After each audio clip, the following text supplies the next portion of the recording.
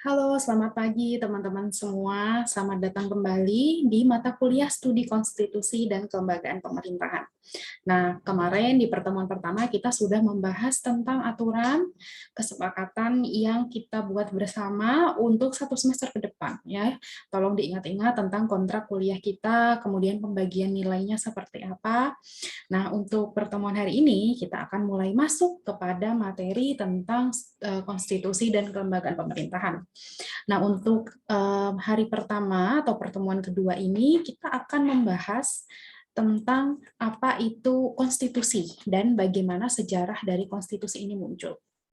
Oke, sebelumnya saya mau tanya ke teman-teman, ya coba dipikirkan bagaimana sih sebuah peradaban itu bermula, ya ketika ada beberapa individu kemudian bertemu dalam satu komunitas atau satu society. Nah, kemudian bagaimana peradaban itu bermula?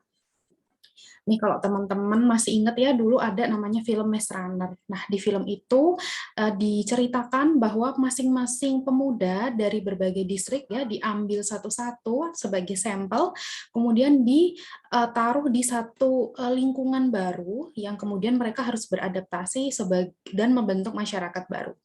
Nah, disitulah kemudian muncul atau kalian bisa melihat ya bahwa ternyata ketika masing-masing individu bertemu untuk pertama kali dan ingin membentuk suatu masyarakat atau society, maka yang perlu dilakukan yang pertama adalah apa? Yaitu membuat aturan atau rules atau dasar yang harus ditepati, harus dilakukan oleh masing-masing individu untuk memenuhi perannya di lingkungan masyarakat.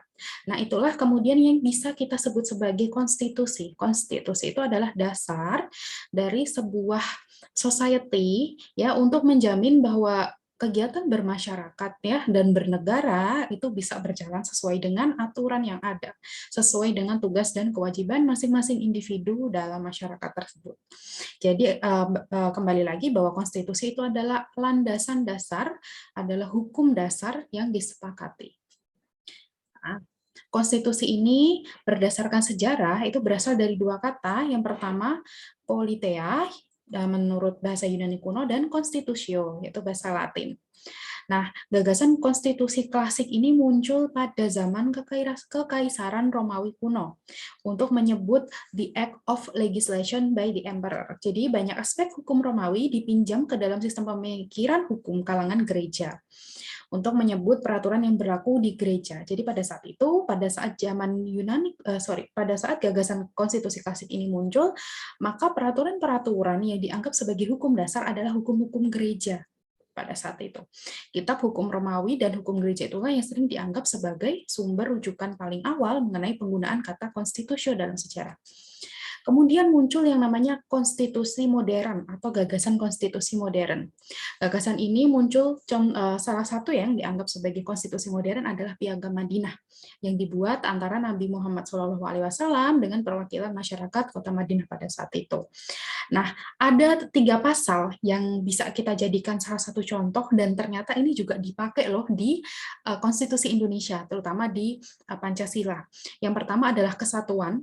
Ya, jadi apapun agamanya mereka adalah satu, kemudian saling membantu ketika itu berkaitan dengan peperangan, khususnya ketika peperangan ini menyangkut negara yang mereka saat itu diami, dan jadi di sini adanya juga persamaan antar umat manusia meskipun mereka berasal dari agama yang berbeda. Itulah gagasan konstitusi modern yang kemudian diadaptasi ya salah satunya ke dalam konstitusi di Indonesia atau UUD 1945.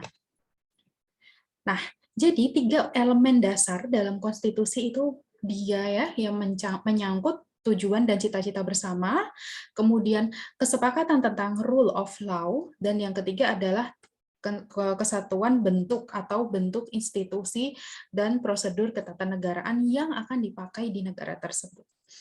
Jika kemudian konstitusi runtuh atau general agreement ini runtuh, maka runtuh pula legitimasi dalam suatu negara atau dalam suatu masyarakat tersebut.